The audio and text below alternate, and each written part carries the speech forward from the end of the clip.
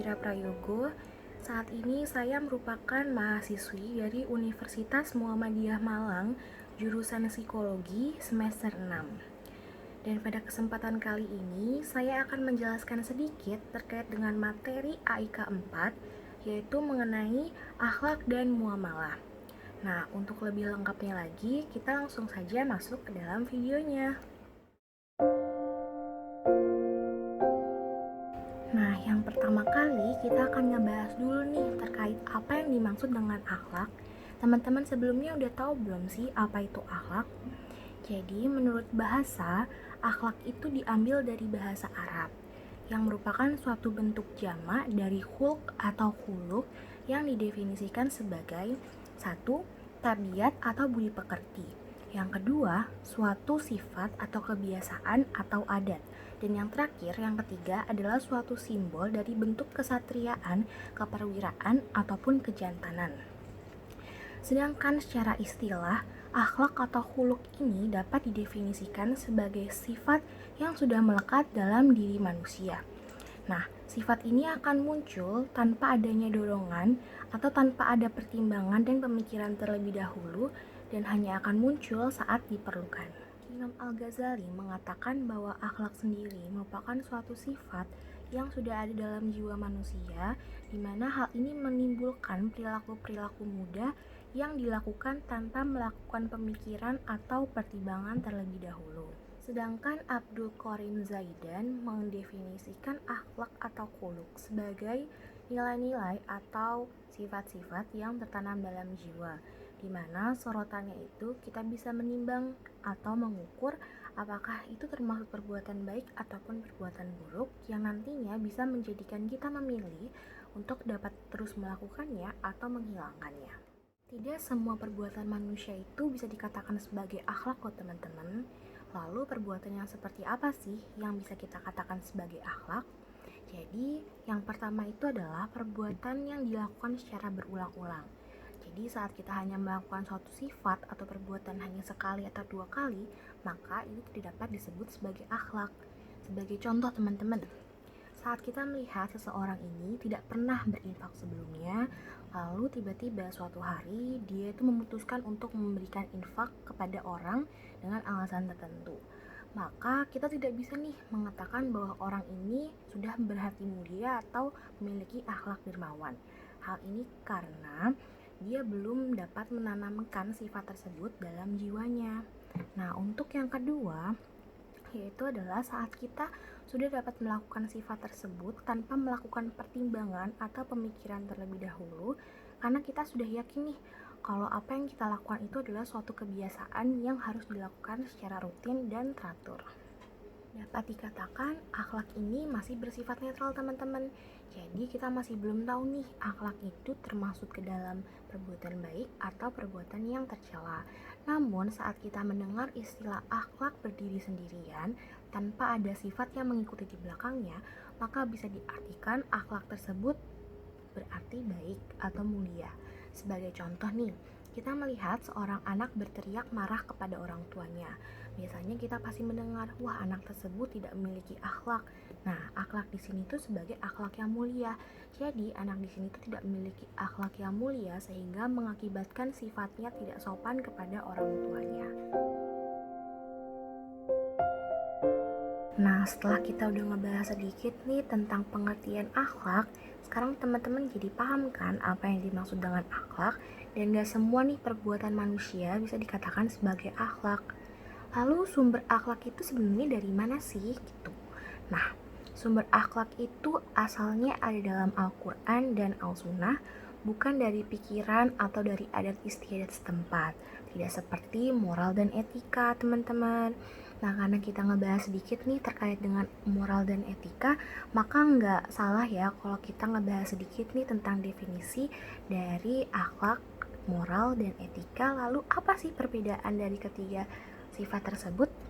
Seperti yang kita sudah bahas sebelumnya, akhlak itu adalah suatu ilmu yang mempelajari masalah baik dan buruknya sifat seseorang, namun bersumber dari Al-Quran, Al-Sunnah, ataupun Wahyu. Sedangkan kalau etika sendiri adalah suatu ilmu yang juga mempelajari baik dan buruknya sifat seseorang, namun berdasarkan akal pikiran manusia itu sendiri. Nah, kalau moral adalah suatu hal yang berkaitan nih dengan baik dan buruknya sifat manusia, namun pertimbangannya itu berdasarkan tradisi atau budaya masyarakat sekitar.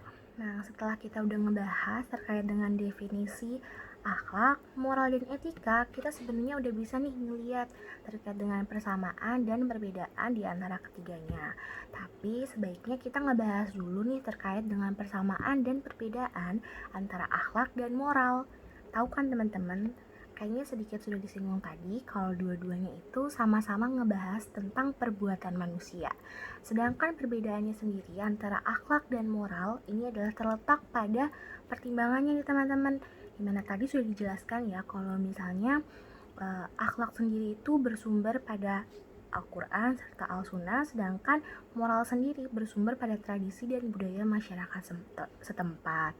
Jadi di sini bisa disimpulkan kalau tolak ukur ini berkonsekuensi pada perbedaan sifat kebenarannya, di mana kebenaran akhlak itu bersifat mutlak dan absolut, sedangkan untuk kebenaran atau dari moral sendiri itu bersifat relatif, nisbi, dan temporal. Lalu, persamaan dan perbedaan antara etika dengan akhlak itu apa sih teman-teman?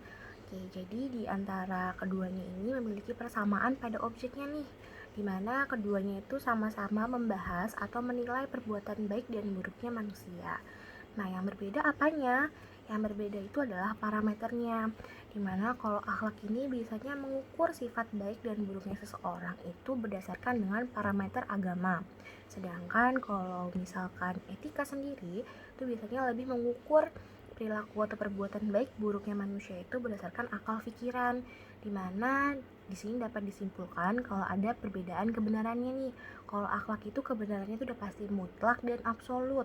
Kalau misalkan akal pikiran, di mana akal itu pasti berbeda-beda ya setiap satu orang dengan orang yang lain itu, maka sifatnya itu masih temporal, sementara, dan pasti bersifat nisbi. Oke baik, jadi tadi sebelumnya nih kita udah ngebahas sedikit ya teman-teman bahwa perilaku manusia itu nggak semuanya bisa disebut sebagai akhlak. Lalu bagaimana sih perilaku yang bisa kita sebut sebagai akhlak? Nah, di sini aku akan ngasih tahu kalian bahwa ada ciri-ciri perilaku yang bisa kita sebut sebagai akhlak. Di mana ciri-ciri di sini dibagi menjadi 4. Yang pertama itu adalah sifat tersebut sudah mendarah daging ke dalam diri kita, sehingga sifat tersebut tuh bisa menjadi pembeda nih antara kita dengan orang lain. Nah, yang kedua itu adalah bahwa akhlak itu timbul secara mudah dan spontan. Gitu. Yang ketiga itu adalah akhlak itu timbul dalam diri kita sendiri, dalam hati kita sendiri atas dasar kemauan kita. Jadi itu timbul tuh tanpa ada paksaan atau permintaan dari orang lain. Dan yang terakhir atau yang keempat itu adalah akhlak itu muncul dengan atas dasar kesungguhan hati, bukan untuk bersandiwara atau hanya untuk mencari pamor di depan orang banyak, seperti itu. Oke, setelah kita ngebahas tentang apa itu akhlak, lalu ciri-ciri perbuatan apa aja yang bisa disebut sebagai akhlak, kita akan pindah materi ke materi muamalah. Nah, teman-teman pasti udah nggak asing sih ya sama istilah dari muamalah sendiri. Nah, untuk mempermudah lagi pemahaman teman-teman, aku akan ngejelasin apa yang disebut sebagai muamalah. Jadi, muamalah di sini itu dapat diartikan sebagai hukum atau aturan-aturan dalam ajaran Islam yang mengatur hubungan manusia dengan manusia, hubungan manusia dengan kehidupannya, serta hubungan manusia dengan alam sekitarnya. Dalam hal ini termasuk hak asasi manusia, termasuk warisan, termasuk hibah, termasuk hak asuh mengasuh, sewa menyewa, pernikahan, relasi gender, perkawinan, kepemilikan, warisan, terus hubungan antara umat seagama, hubungan antara umat yang berbeda agama, atau hubungan dengan suku, atau hubungan antar golongan, simpan pinjam, piutang, seperti itu. Jadi banyak banget nih yang diatur dalam muamalah. Nah, dalam hukum Islam itu yang mengatur hubungan antara manusia dengan kehidupannya itu meliputi aturan tentang makanan, minuman, pakaian, tempat tinggal, lalu mata pencaharian, dan rezeki. Sedangkan kalau hukum Islam nih yang mengatur antara hubungan manusia dengan manusia dan hubungan manusia dengan sekitarnya atau alam semesta itu meliputi aturan seperti keadaan alam, memelihara alam, memanfaatkan alam, lalu kekayaan alam dan larangan-larangan apa aja nih yang nggak boleh kita lakuin, seperti berlaku boros atau mubazir, serta larangan untuk mengeksploitasi dan merusak alam. Nah, jadi dengan demikian, muamalah itu tuh mencakup segala aspek kehidupan manusia, teman-teman, seperti masalah politik, masalah ekonomi, masalah sosial, masalah pendidikan, keamanan, budaya, hukum, dan sebagainya. Jadi di sini dapat diartikan kalau muamalah itu punya peranan penting dalam kehidupan umat Islam, teman-teman. Oke, setelah tahu pengertian dari apa itu muamalah, kita akan masuk ke dalam ruang lingkup muamalah. Jadi ruang lingkup muamalah itu dibagi menjadi dua, teman-teman. Yang pertama itu adalah ruang lingkup madiyah dan yang kedua itu adalah ruang lingkup al-adabiyah. Nah, yang pertama itu kita punya ruang lingkup madiyah, di mana dalam ruang lingkup ini itu mencakup segala aspek yang berkaitan dengan kebendaan, yang halal dan haram, yang subhat untuk diperjualbelikan, benda-benda yang menimbulkan kemudaratan, dan lain sebagainya. Nah, di mana pembagian ruang lingkup dari madiyah sendiri itu yang pertama itu adalah satu, jual beli, yang kedua itu adalah gadai, yang ketiga itu adalah jaminan dan tanggungan, yang keempat ada pemindahan utang, yang kelima ada perseroan perkongsian, yang keenam ada perseroan harta dan tenaga, yang ketujuh ada sewa menyewa tanah, yang kedelapan ada upah, yang kesembilan ada sayembara, dan yang kesepuluh itu adalah pemberian atau al-hibah.